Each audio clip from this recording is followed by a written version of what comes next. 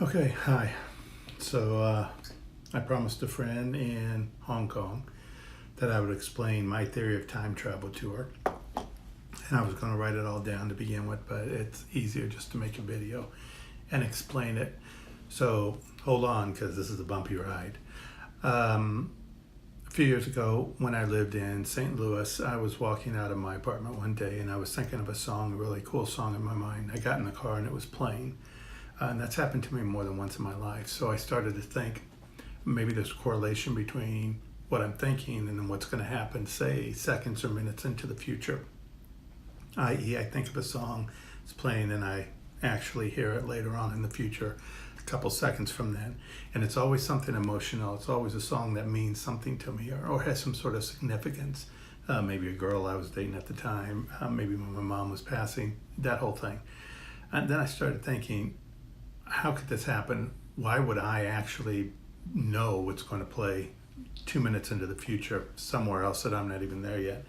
So I developed a long time ago, when I was writing screenplays back in the day, a theory that if you were to hop into a time machine, you should be every point in time that you are during your life. So if I hopped into a time machine right now and I went a minute back into the past, I'm at a minute and 31 seconds right now.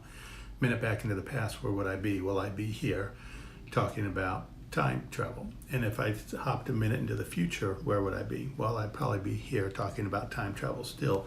And what if it was 30 seconds or 35 seconds or a minute and a half? Wherever I am in time, I'm every place in time throughout my whole life, throughout my whole time span of life. Given that, if I'm in every instance of time that I was in or will be in during my lifetime, wouldn't I be able to pick up on my own brain waves? All brain waves are unique. They're like fingerprints. They're unique. So if brain waves are energy and energy travels in all directions, why can't it travel through time too? So why isn't my brain waves traveling forward as well as backwards? So am I actually picking up on my own brain patterns? Because I'd be the best one in the whole cosmos to pick up on my own brain patterns. It'd be me. That would explain a lot, I think. That'd explain things like the people who don't want to get on airplanes because they think it's going to explode or they think there's going to be an issue.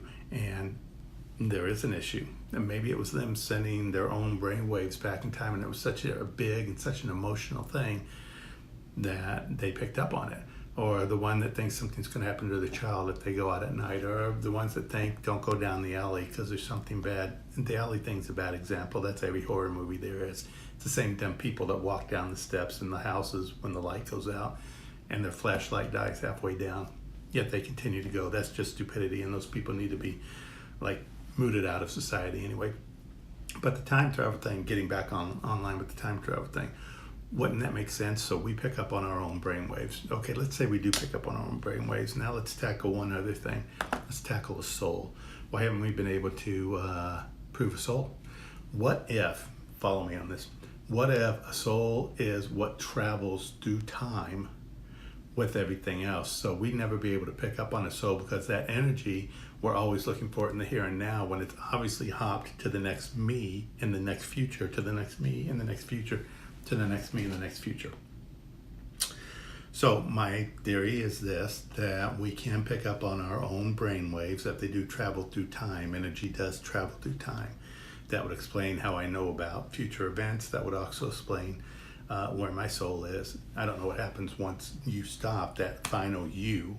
I don't know where you go from that point, but I do believe that if you do pick up patterns, or if you do pick up signals in time from yourself, a lot of people may think of that as a gut instinct. Don't go there, do that, bet on black, whatever it is. I got a gut instinct it's going to happen. Maybe because it already did happen. Maybe the people that we meet and feel most comfortable with in life are the people that we met and felt most comfortable in life in the future, and we picked up on that in the past, which made us meet and feel comfortable with those people. It's a snake eating its own tail. Anyway, to my friend in Hong Kong, that's my theory. To anybody else out there listening, I welcome any comments you might have on it, any theories that you might have. My name's Christopher. The website, there's just got to be more, because I believe there is. And I wish everybody a happy day, evening, life, all of it. Thanks.